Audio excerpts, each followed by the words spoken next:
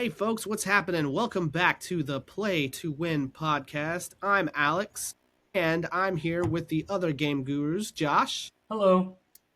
and Jared. I think you Hello. pronounced my name incorrectly. I'm sorry. How would you like it, Josh? I think it says J Money. Ju- It says J Money right here on my video. Well, how are you guys surviving the latest edition of Snowpocalypse? It's fine.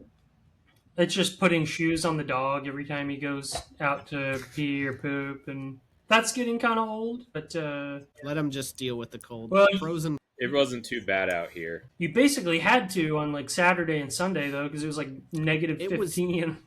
So freaking cold. I can't. Oh my I gosh. wouldn't go stand out there barefoot, so I'm not gonna make him do that either. It was nice, like having a weekend where I just stayed in. There was no pressure to go out. It was cool. We did go It's to the fine. gym on Saturday morning, but that was kind Good of, for you. not quite. Suicidal? Maybe like an inch. Maybe we had gotten an inch of snow at that point. Okay. Not really. Okay. Wasn't reckless at that point. Not No, quite yet. It was just winter was coming. It was visibly Winter's arriving. here, Josh. You were living Winter is here. Well, maybe for hopefully about another week, but I digress. Well, this is our first episode of the year, and as promised, we're going to be talking Outer Worlds 2. But first, we've got a little bit of news, because on the 22nd, which was last week, we had an Xbox developer showcase, and we got some great news. We got a lot of deep dives on 4 specific games. We're going to talk about those real quick. Fable being one of the premier ones that they mentioned. Fable's back. We're going back to Albion, and it's not Peter Molyneux's offshoot of Albion, which it's hilarious that he can't do Fable, but he can call all of his games Albion or set in Albion.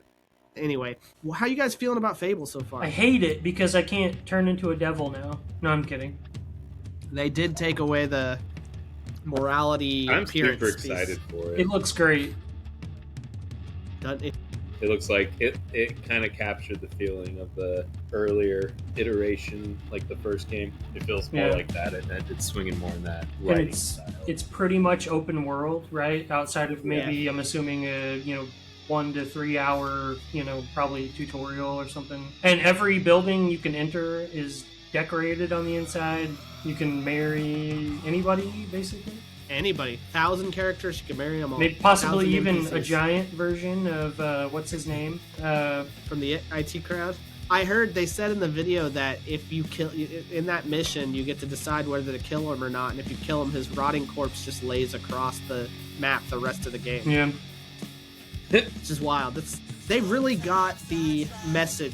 They really got the message down. It feels like, just from what they're sending out there, just really feels like Fable, and that's really cool. I'm excited for that. Well, and it really looks like this decade's maybe Skyrim or Witcher 3, right? It's coming right about that same time.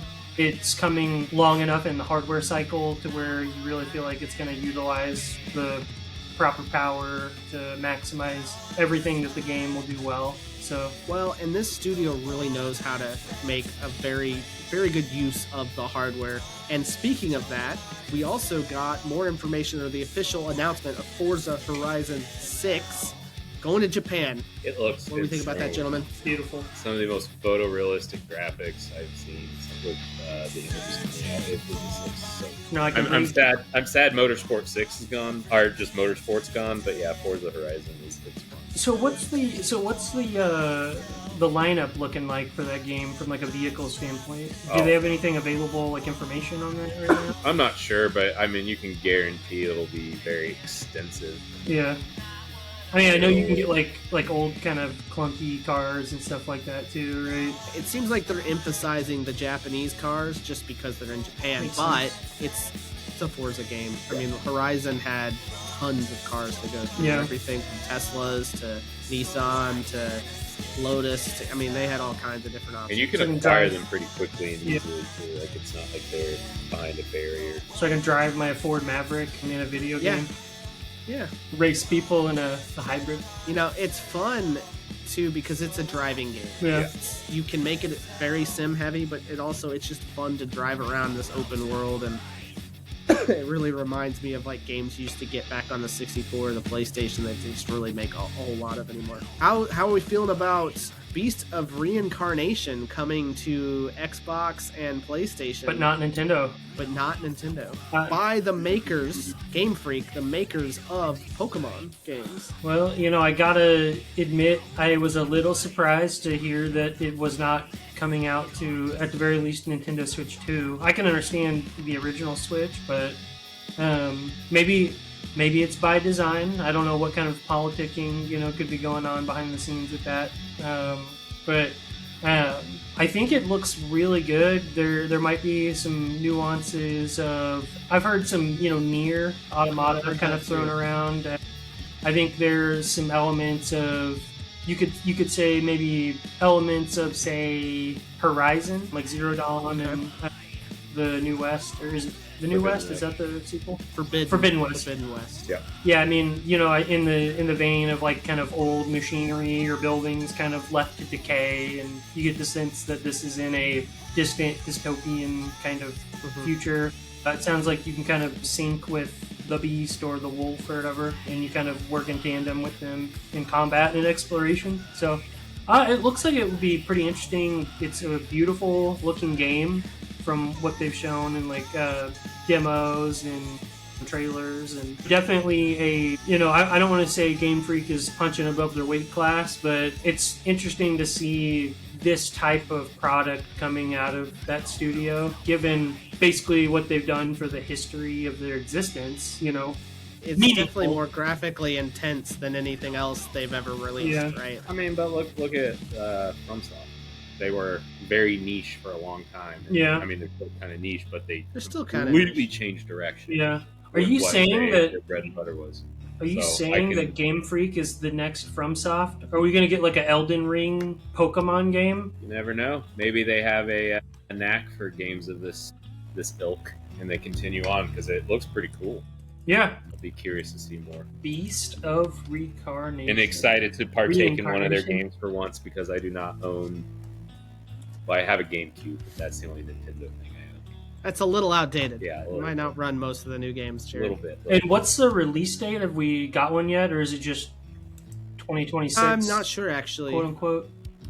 While you look that up, let's jump to the last one we saw. Summer 2026 is what it sounds Summer like. 2026. Yeah. The last one we got a surprise from Double Fine, Kiln, something that they've actually teased before over a decade ago, but it sounds like really just kind of threw into the works recently. Josh, you seem the most interested in this one. Tell me what your thoughts are.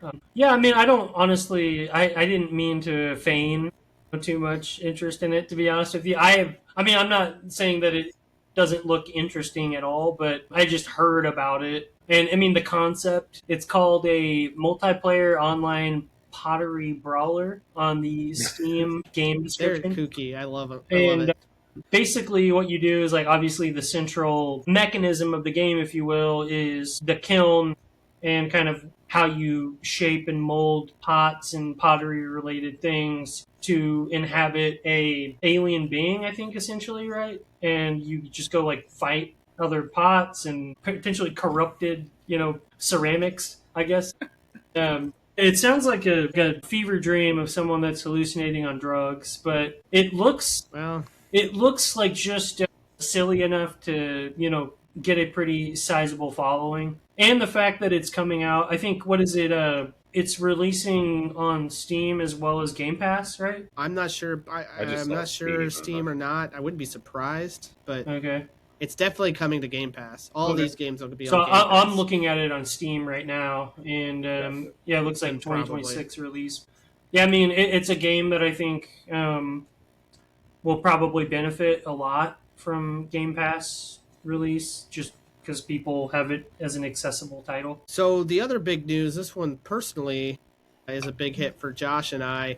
Final Fantasy VII Remake has finally made it out to all consoles. Just came out on Switch 2 and Xbox. And it only took Sephiroth right there. 5-6 years to happen. It came out in 2020. Yeah. Only, I mean, yeah. Only almost 6 years. And technically this is the third release, right? I mean, including the original plus Intergrade coming out on PS4. So PS4, PS5, and then everything else. PC. PC. I think it wasn't day and date on PC, so I think it came out on PC between there somewhere. So yeah, I mean, but as I've mentioned to both of you, it's probably in my top 3 personal favorite games of all time, and I've replayed it in some form or fashion, I believe 5 times through, including the hard mode, just because I'm that passionate about it. Man, I wish I could make fun of you for it, but this is my 3rd playthrough. I've played through the hard mode. It's one of my favorite games of all time, and it was only supplanted recently by Rebirth. Yeah. So, it's fantastic. Platinumed both of them on PlayStation 5. It was our game of the year, the year we covered on the show. Yeah. I downloaded the demo and will give you guys a full report. You should definitely check it out. Your save data carries over if you do decide to get the game, and it's a budget. It's like $40 instead. Yeah, it's $40. The regular 60. It's downloaded, but I got side. Jumping to the next news here, we've got Ubisoft with at least 6 cancellations on us. One being the long-awaited Prince of Persia: Sands of Time remake.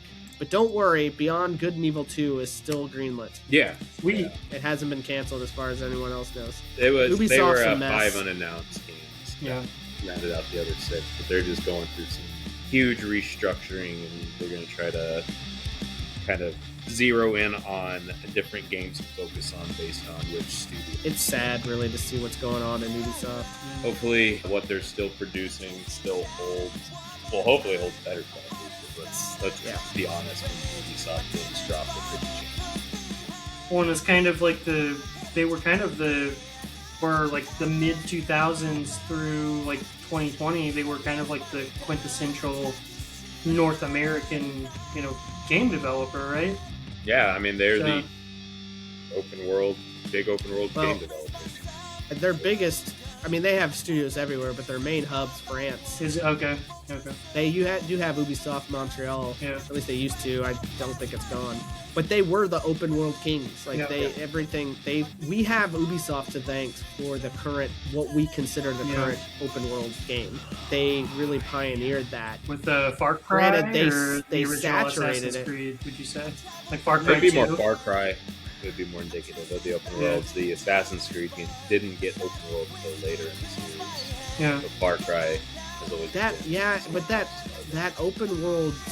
Sorry, Jared, I don't mean to talk over you. It's delayed over here. That cycle, that kind of like hit the tower, get a bunch of stuff, go explore the next area. That was really, I feel like that was an Assassin's Creed thing though. Like they started it with the Far Cry, but then they really kind of solidified what it was with Assassin's Creed. Yeah. My fondest memories of Ubisoft probably, I would say, come from Far Cry 3. So that game was just fantastic when it came out, and the whole, basically like open world desert island surrounded by, a gang of kidnappers and murderers that you're trying to simultaneously stay away from, but also rescue your friends and family. I think your brother, it came out whatever. Your brother dies at the intro of the game, right? You watch him get killed. Spoiler for anyone that hasn't played this 12-year-old game. You can talk about it. Wait, this came out in like 2013? I don't even remember. It came out a long time ago. Yeah, but it was a great experience. It was enough of a shakeup from the, at that point, in my opinion, growing stale Assassin's Creed formula that it gave me faith for Ubisoft for a while. But well, time will tell how this shakeup plays out. We'll just have to keep an eye on it. I'm hopeful. We have Dragon Quest VII Reimagined coming out later this year. Josh, do you have a date on that? I was thinking it was February 27th, but let me double check. So quick. I've been playing the 1 and 2 remakes that came out recently, and those are fantastic. It's actually February 5th. It's like I was a few weeks off there, so it's coming out. So like next week? Next Thursday. From the date that we're recording on the 27th of January. Do the math. That's serendipitous for you too. Yeah, well, I got a lot of games that unfortunately are piling up over here. Well, I got one more to add to the list real quick, gentlemen. What do you guys think about the rumored update DLC for The Witcher 3? Yeah, I will. pause everything I'm doing. Yeah. and play. Well, and it, the speculation on that is kind of interesting because people are saying that it could be a full-blown free, like a DLC, right? To the extent Yeah. of like Blood and Wine, right? Yeah, I Which think it is in substantial. versus the bridge. Oh yeah. Yeah. Like, do you think you would be playing as like Ciri and Geralt? Probably it'll probably be whatever handoff. I would Yeah. hope Yeah. that goes into Witcher. Yeah. Which would be amazing. Yeah, I mean, yeah, that would be such a cool way to do that. It's like unprecedented for a single player game that's like what 10 years old. Yeah. To come out with free or just any DLC when it's done. It's been done. They're on the next game. They're working on 3 other spin-offs from it right now. Especially they could very easily charge like even like $10, from what it sounds like. It sounds like it could be something far more valuable than $10 per sale, and it'd be something that they just, here you go. Who knows? They haven't officially announced it yet either. It could be it may not be happening, or it could cost money, or it could be free. Or maybe now that it's rumored, they're scrambling to throw too, something kind together. of in this vein is the rumored Fallout 3. Mm-hmm. Right. Yeah. Which could come out next week. Like imminently. Yeah. Yeah, that may be just dropping. Speculation on, a countdown on the website from the TV show is kind of what's driving a lot of that. And if they can stick the landing, I think it'll give Todd a little bit of breathing room. Yeah, I mean, people are not happy with Mr. Howard because of like Starfield and Starfield and Elder Scrolls taking forever. It's kind of a joke of how long that has been since that announcement. Well, it's our fault because we kept buying Skyrim every single time they released it, like the 15th. Well, and I had heard that they've, looking at like statistics, it sounds like there's been a lot of people that have just kind of been dropping off of Oblivion remaster before they finish it. So I don't know how that's normal. Though. Is it? Okay. Yeah, that's really normal. Like how many the statistics are. We're weird. We finish games. Most people don't finish games. Like 30% of people that play, like it's like less than 30% of people actually finish a game. It's really ridiculous. If you go look at achievements for games, the finished game is like almost always like a really rare achievement. People just don't finish. That's shocking to me. They definitely need a win though, I feel, and this is an easy way to get them one if they do it right. But that game, a lot of opinions about that game, so they're going to have to be very careful with how they tread. But I'm assuming they're just going to give it a new coat of paint and throw it in the fall. It'll be like Oblivion. It'll be just like the Oblivion one. Yeah, I figured it'd just be like the Fallout 3 story in the Fallout 4 engine. Would you prefer Fallout 3 or New Vegas, since there's potentially more of a tie-in with the second season of the show? So about that, I've heard rumors that New Vegas may be on the list as well. I think they definitely will because they understand what New Vegas is. And what it means to the fan base. Well, and the fact that everyone says it's the best Fallout game. Yeah. And they didn't even make it. Made by Obsidian. All right, guys, let's keep moving forward. So, Josh, Jared, what game are you guys looking forward to the most next year? Real quick, I know we didn't talk about it. Yeah, what's up? Before the rundown, but do you guys want to mention the Rockstar Fire? Or I forgot about that. I kind of forgot about it too. I haven't seen anything about it since then. So there's no. I mean, they say that GTA 6 should still release on its fifth pushback. I don't know how many times. Well, it's only its first official. Oh, okay. It's only been officially delayed once. Okay. But yeah, I mean, it sounds like everyone survived. That's the important thing. And the game should be coming out. So. I don't know. Sorry. All right, what are you guys looking forward to this year? Well, I think I'm looking forward to Crimson Desert for sure.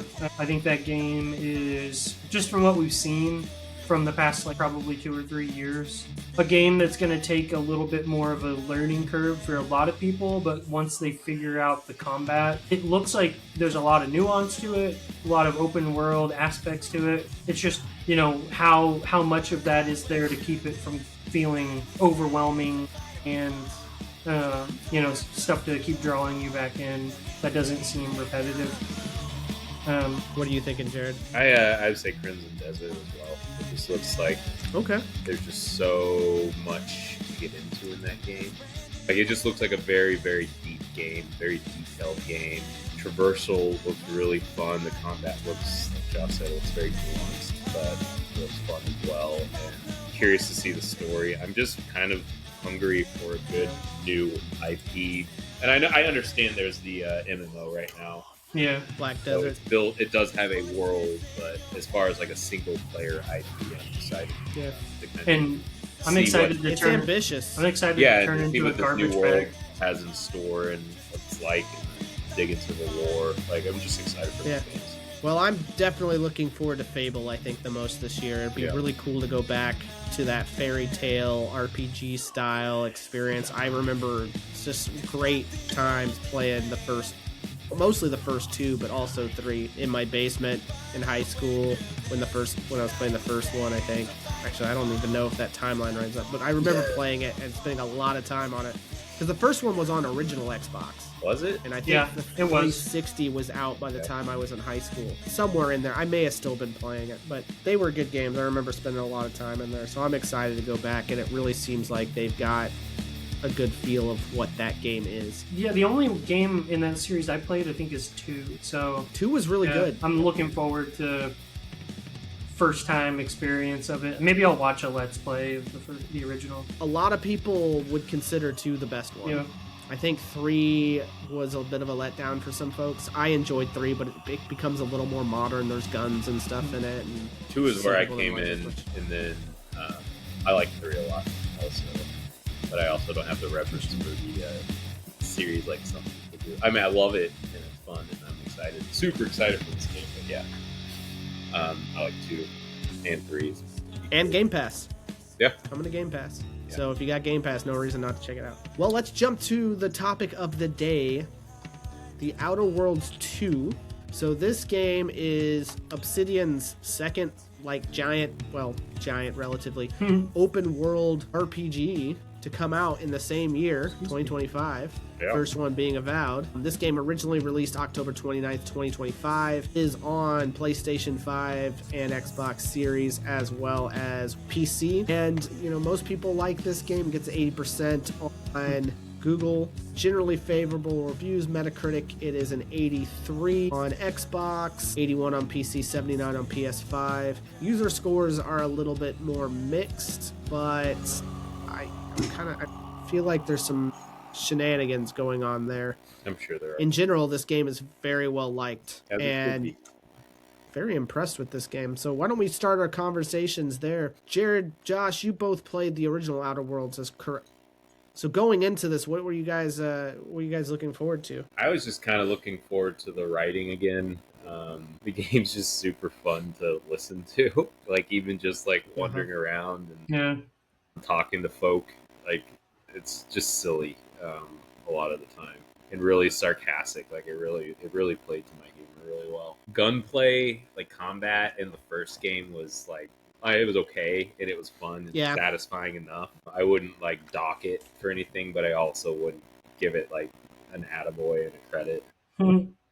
But I don't feel like that was the reason for playing that game. Definitely did a lot better in the second game than the first, which again I didn't really mind. But I also like just the social structure of the Outer Worlds 1 for the most part. And I kind of have to think, it's been a minute since I've been in there, about how different they were. Because there were some key differences, if I can recall. But even still, I like the choices and how they ended up, even though I kind of screwed some things up in my playthrough pretty badly. But that's why you play them, and you play them again. Well, and that's the good thing about both of these games is there's contained tight enough experiences. I could see myself replaying this game. With Final Fantasy VII Remake and its successor notwithstanding, I don't really like to replay super long experiences again. But this is tight. This is 40 hours, and you can do everything. Yeah, these games don't take long at all. They're very... And that's long compared to the first one. Yeah, that's really long. I'd like to riff off the writing as well, and then maybe turn to Josh and see what your thoughts are. Both, that's something I really liked about Outer Worlds 1. The writing, its comedic timing is very good, and it doesn't take itself too seriously, and they did a really good job with the dialogue in this as well. I really enjoy the character interactions and the writing. I think Tristan's great. He's probably my Yeah, favorite he was person good. to interact with because it's just like he's dry and not trying to be funny at all, and it makes it hilarious. But I still feel like Outer Worlds 2 struck a darker chord, and I feel like it had. I think it spoke more to that over corporated structure and how bad it can get, more so than the first one even. Because the first one, I feel like it was more funny whenever you'd run into the corporate humor, but in this one, you really saw the darkness and how negative the influence was on the entire system. First one was a lot lighter of an experience, or it seemed lighter of an experience. Yeah. Yeah, kind of more of like maybe you could say the first one maybe held a funhouse mirror up to a capitalistic society, and Outer Worlds 2 is basically just a normal mirror. Yeah. in some regard. Yeah, I guess kind of piggybacking off of what you guys have said about writing. Obviously, I enjoyed a lot of that with the original 2. The way in which it was so ingrained with kind of society that capitalism goes unchecked for centuries, and that's effectively like what the world is. In these narratives, it kind of. If you kind of look at it and try to apply some of it to real life, you kind of see, more how you're advertised to just in your everyday life. And it's sort of funny and also depressing, but not in a bad way, I guess. I don't know. Kind of speaking to the over capital, I almost feel like the over extension of capitalism was more of an issue in the first one, and this one, that's still the thing going on, but it really brings in that zealot religiosity aspect and in kind of a science way, like brand loyalty. Yeah. Not even just brand loyalty, because really because Spacer's Choice and Auntie's Best combined, you really only have these this one corporation, and then you have two more religious entities, right? Yeah. The Protectorate, and I'm forgetting what the name of the other group is. The more like, but like they're basically using science and logic and reason to justify like their xenophobia and their doctrine. And who and deserves what. And when and at what cost. It feels very Soviet Russia. Yeah, kind of. At times. And you listen to the music, like you get to listen to the radio stations. That even, I think that's characterized in the type of music that they have coming from these groups. Oh, yeah, I love the music in this game. It's so funny. It's great. Auntie's Choice, Auntie's Choice has the best music station. Let's just get that out there. Spacer's Choice in this. What? Oh, no, Spacer's Choice is the first one. Yeah, it's Auntie's Choice. Yeah. Spacer's Choice. And what was the Auntie's Best? Auntie's Best. Okay. Sorry. And the only problem I have with the music, and this one of the few problems I have with this entire game, so I'm just going to get it out now. They have like 4 songs that they just repeat. Give me like, I wanted like a Fallout 4 experience where I could like really listen to this station and like hear lots of stuff. It just wasn't deep enough. If that would have been deeper, I would have been so much happier because it really had the best stuff. And the funny thing is, to Josh's point, thinking about how you're advertised to, all the songs are just advertised. Yeah, I know. And I'm just like jingles, singing along. I got to get myself some Borstwurst, man. It's like I'm in Menards. I mean, not to go like, but it's like Menards. You don't have to sing your jingles to me. I'm already in the store. It worked. Yeah, it already worked. It's like being at Chili's and hearing the Chili's commercial. Oh yeah. Like I'm already here. Something man. Will say about the second game, in my opinion, was it was much harder than the first game. I feel the first game was a very easy game, and once you hit a certain point, like you just had unlimited ammo, and I was playing on just like normal difficulty, but you had unlimited ammo. I feel you could upgrade your stats in that game to where you could pretty much talk your way out of anything. I think in this one, I feel it's much harder to level up in the way that you allocate your points. It's not as straightforward, and so it's not as easy to hit that like kind of fast lane. Yeah. The first one. I thought the first one. Oh, sorry. I thought you were. Oh, you're good. No, I'm done. I was just gonna say, I thought the first one, at the very beginning of the game, it's definitely more difficult just because you can get overwhelmed, right? Oh, yeah. Basically like right outside. I'm blanking on the first settlement, but like right outside of it, they've got that little shanty town, and it's real easy to get overwhelmed right there and just be like, oh crap. But yeah, I see what you're saying. That's all I have to say. You know, uh, I agree, but this game is I mean, it gets pretty easy at a certain point too, because if you do everything in the game, Yeah. you very quickly level up and get some good stuff to a point where it's really not much of a challenge to go blasting through everything. And they did do something back to your point too, Jared, about the first one. You can just allocate points and kind of max everything out and talk your way through. They purposely tailored this one to where you can't respec. Yeah. So you make decisions and you're stuck with those. And B, you can't max everything out. You have to make a decision. Obsidian wanted you to make a decision about how you're going to play this game and commit to it. Yeah. And it actually kind of punishes you if you try. This is what I do in a lot of RPGs. Be a jack of all trade, like level everything up evenly. That's what I usually do. I didn't do this very quickly. It's like, oh man, there's too many stats and I'm not going to end up being good at anything. So I just picked like 3 and stuck to those. Mm-hmm. And you can't sample both companies' products. You got to pick a side. Yeah, it does. It does a good job of making you commit to one side in a sense. Speaking of that, introduce I can't remember if this was in the first game or not, but the flaw system. Yeah, it was in there. It was a little different, but essentially it did the same thing where you can give yourself a debuff, but you get an extra perk point. But you can also say, nah, no thanks. Did you take any interesting flaws or? I didn't mess around with them on the first go through.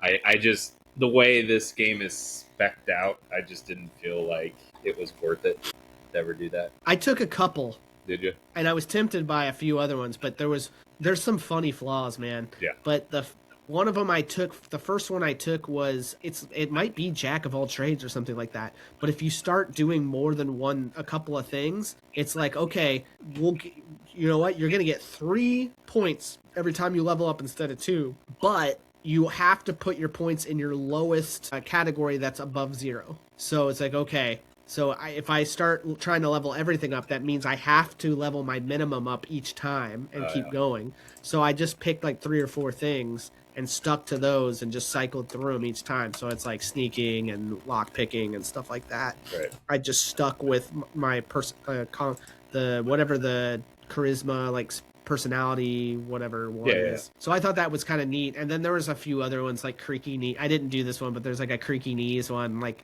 you can sneak around, but every now and then you'll make a random noise. Or like there's one where it's a lot easier to steal things. Mm-hmm. But you automatically steal everything. It's kleptomania or something like that, and you steal everything around you.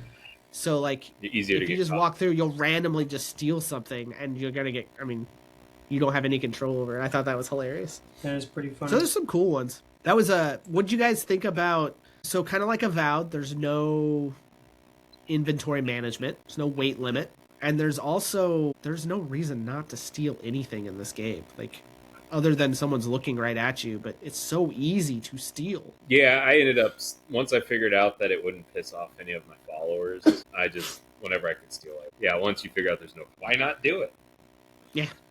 I mean, and like, even Starfield has that system built in that if you have like contraband or whatnot, anything marked with a C, you have to sell it somewhere else, where this is just like, nah, they might give you a little less for it. That's it. So I'm of the same vein there. Just take everything. Josh, how do you feel about that in an RPG? Do you have strong feelings on it one way or the other? Do you like it? Do you dislike it? Remind me, I was reading a little bit. What was the question? Sorry. The inventory weight limits. No punishment. Yeah.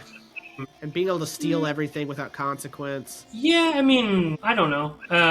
Not having an inventory limit, I guess you could argue, like, okay, maybe technology-wise, we're in space, like there's some sort of, I don't know, gravity field that is just inherent to like the way we walk around that can basically let us carry around however much stuff we want. Whether or not it's practical to do stuff like that in practice and, how NPCs live their life, I don't know. But I don't mind something like that. I think it kind of expedites some of the the playthrough of the game. You're not constantly, I got to go grab 60 pounds of stuff that I want to sell from this one house, then fast travel to the shop, sell it, and come back. And it kind of just cuts a lot of that fluff out to where you're not getting bored with the game. But I think, to your point, like kind of in introducing mechanics like flaws that can make that maybe, I don't want to say backfire consistently, but throw enough of a wrinkle into the situation that it doesn't make it, boring. You kind of have to think about, doing things maybe in a more judicious manner. I think that those kind of help balance some of those ease of life things out to a certain extent. The beauty of the flaw system, too, is you can take it or leave it.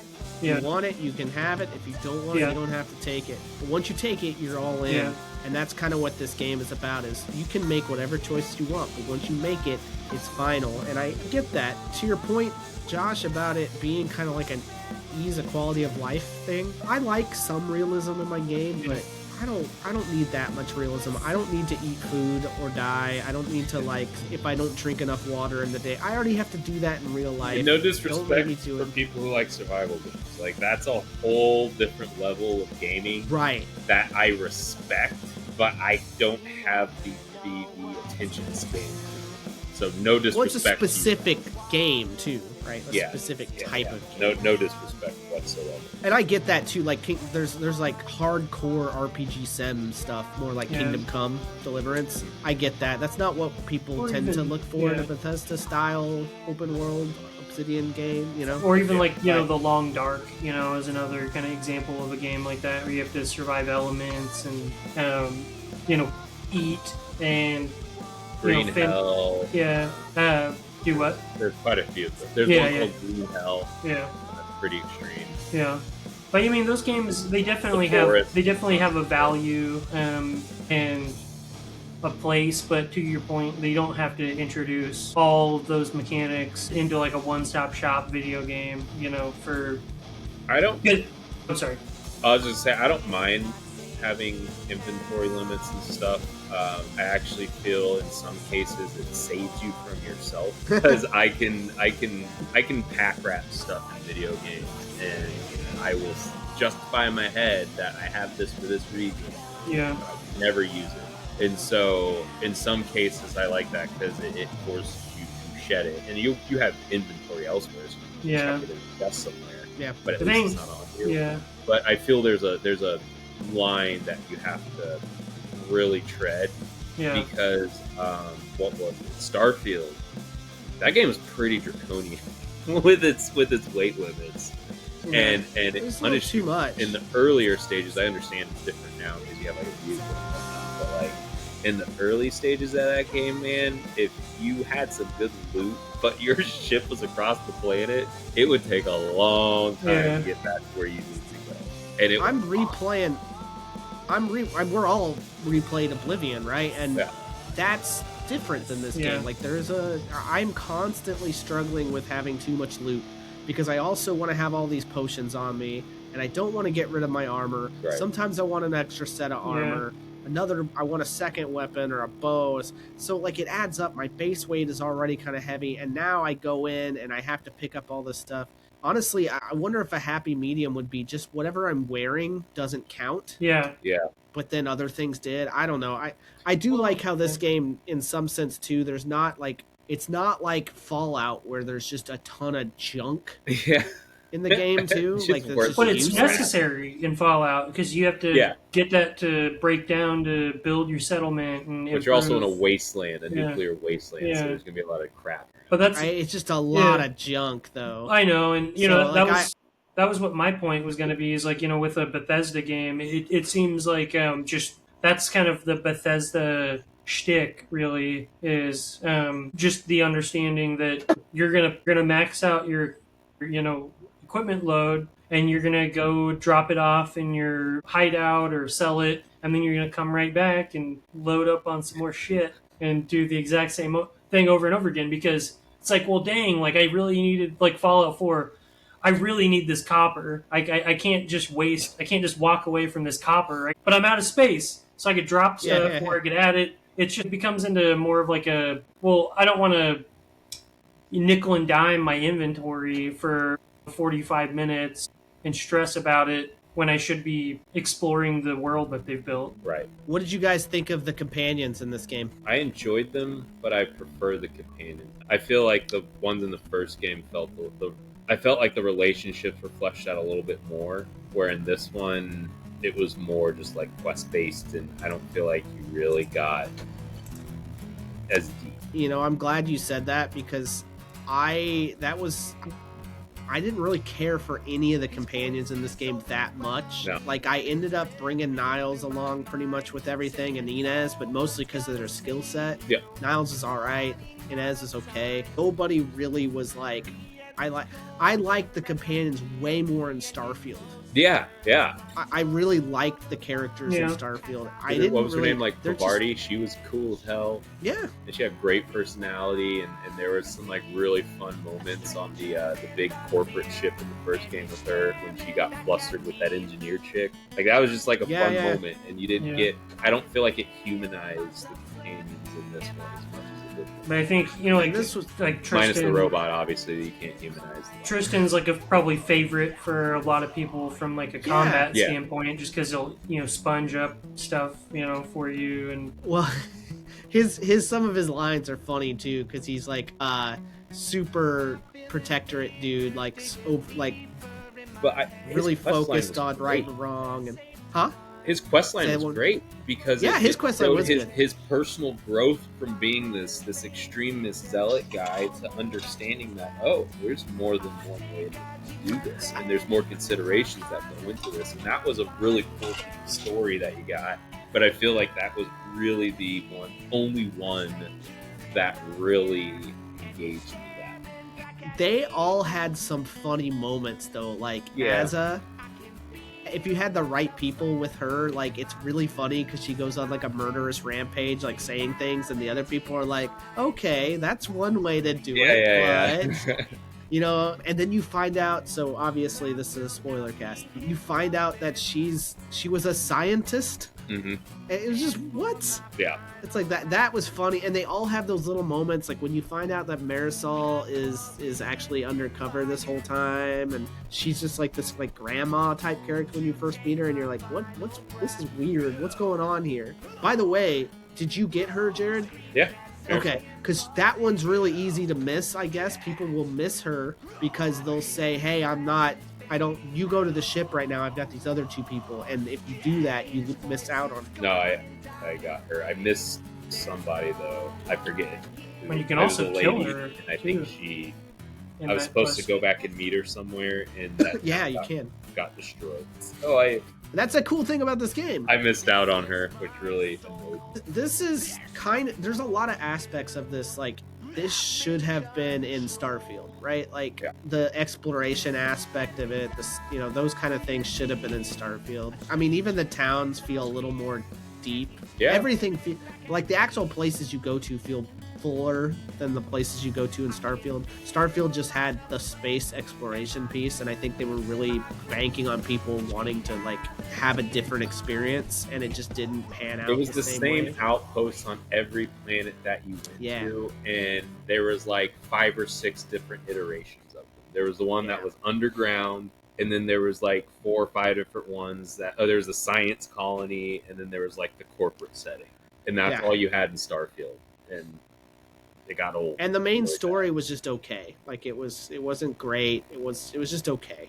And there's this one had an interesting main story. Like I like the goofiness of the main story in the first Outer Worlds a little bit better. But this one was a good story. Like did you last thing, and then we should probably move on. Any standout sub-quest missions or storylines, anything like that stand out for you? I'll just say Tristan's companion line, just because such a goofy dude. He's probably the most complex companion in there, I feel, in terms of their character development.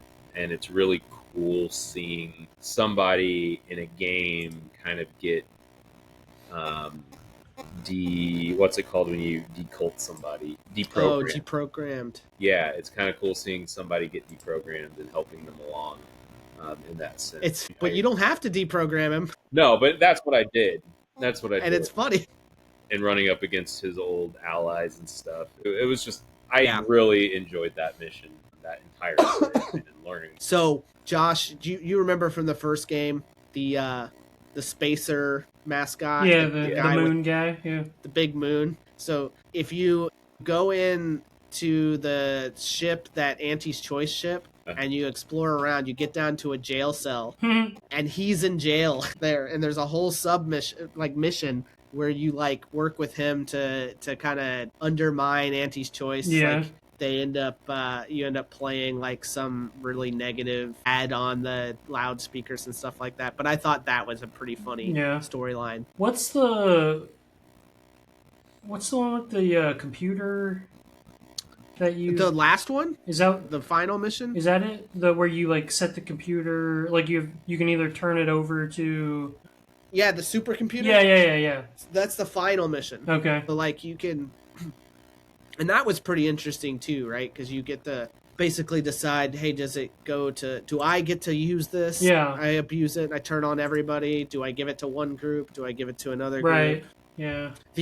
Did you guys end up watching Secret Level? No. So I heard about go that. check out. Do you guys Amazon Prime, right? You guys Yeah. have Amazon Prime? I think so. If you have Amazon Prime, go check out Secret Level. It's an anthology show. There's some cool ones on there. They've got like Armored Core with Keanu Reeves in it. Interesting. They've got a Mega Man short. They got a really weird Pac-Man short.